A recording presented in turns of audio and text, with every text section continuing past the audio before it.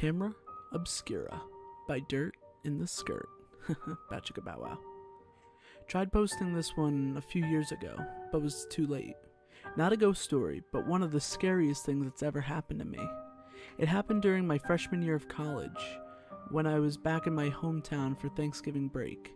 I'm from a small town in New England, the kind of place you can't wait to get away from because nothing ever happens there.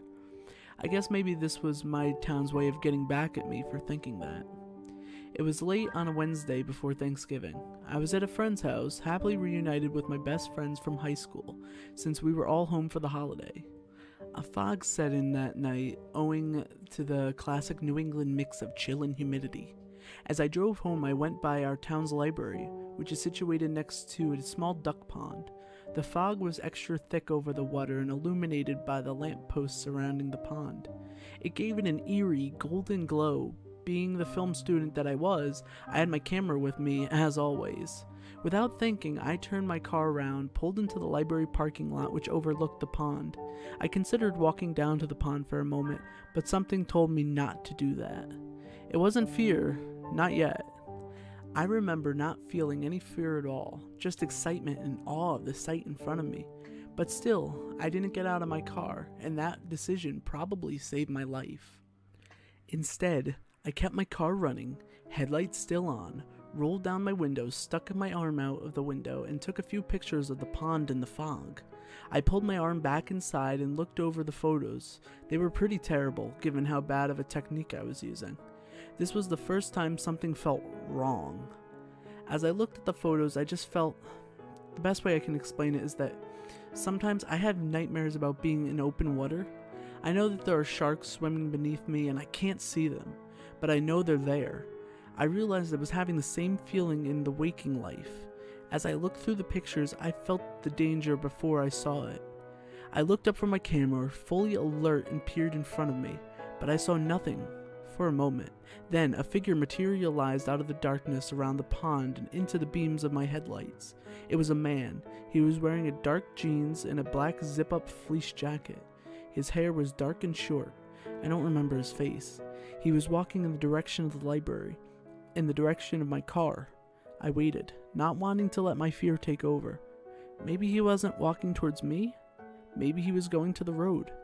But he kept coming towards me, walking faster and getting closer. I remembered my window was down and quickly rolled it up. Then he was right in front of the hood of my car. I could tell beyond a shadow of a doubt he was staring straight at me, the look in his eyes. His face was expressionless, but his eyes were intent, determined. The moment we made eye contact, the moment I saw that look, I just reacted. I don't remember feeling fear or panic, just being more alert than I have ever been. I never took my eyes off of the man as I threw my car into reverse and spun out of the parking lot I was in.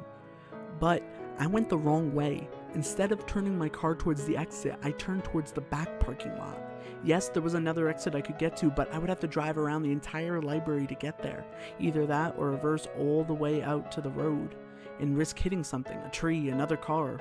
I didn't want to risk crashing, then I'd have no escape. I decided I would have to go around the library. It would take longer, but it was the safest option. All these thoughts went through my head in an instant. The man ran to get in front of my car. One of my biggest regrets in life is not running him over then and there, but I didn't.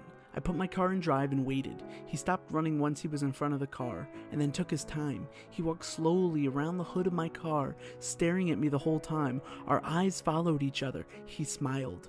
The moment he was clear in front of my car, two things happened. He lunged for my car door, and then I floored it. I remember the sight of my car sailing past his outreached hands. I drove as fast as I had ever driven, taking the corners at speeds around the library. As I came out the other side, the exit was in sight, but the man wasn't. I drove as fast as I could towards the exit. As I got in front of the library again, I looked over. I saw the man running as fast as he could to get to my car. I sped out of the library parking lot and onto the main road. The police station was a block away, and I made a beeline for it, still driving recklessly fast, hoping to be pulled over by a cop. I got to the police station, and that's where the fear finally settled in. I sat in my car and cried, breathing raggedly, completely frozen. I couldn't get out of my car. I was terrified that the man had followed me there, that as soon as I got out, he would get me. A police officer came out to my car and escorted me inside. They must have seen me on the security cameras. I spoke with a female sergeant. I told her what had happened, gave her the best description I could. They immediately sent cars out, but found no one. I assumed that the man was after my car, my camera maybe, and said that aloud. The female sergeant looked at me and shook her head. What she told me, I'll never forget. I don't think he was after your car or your camera. He was after you.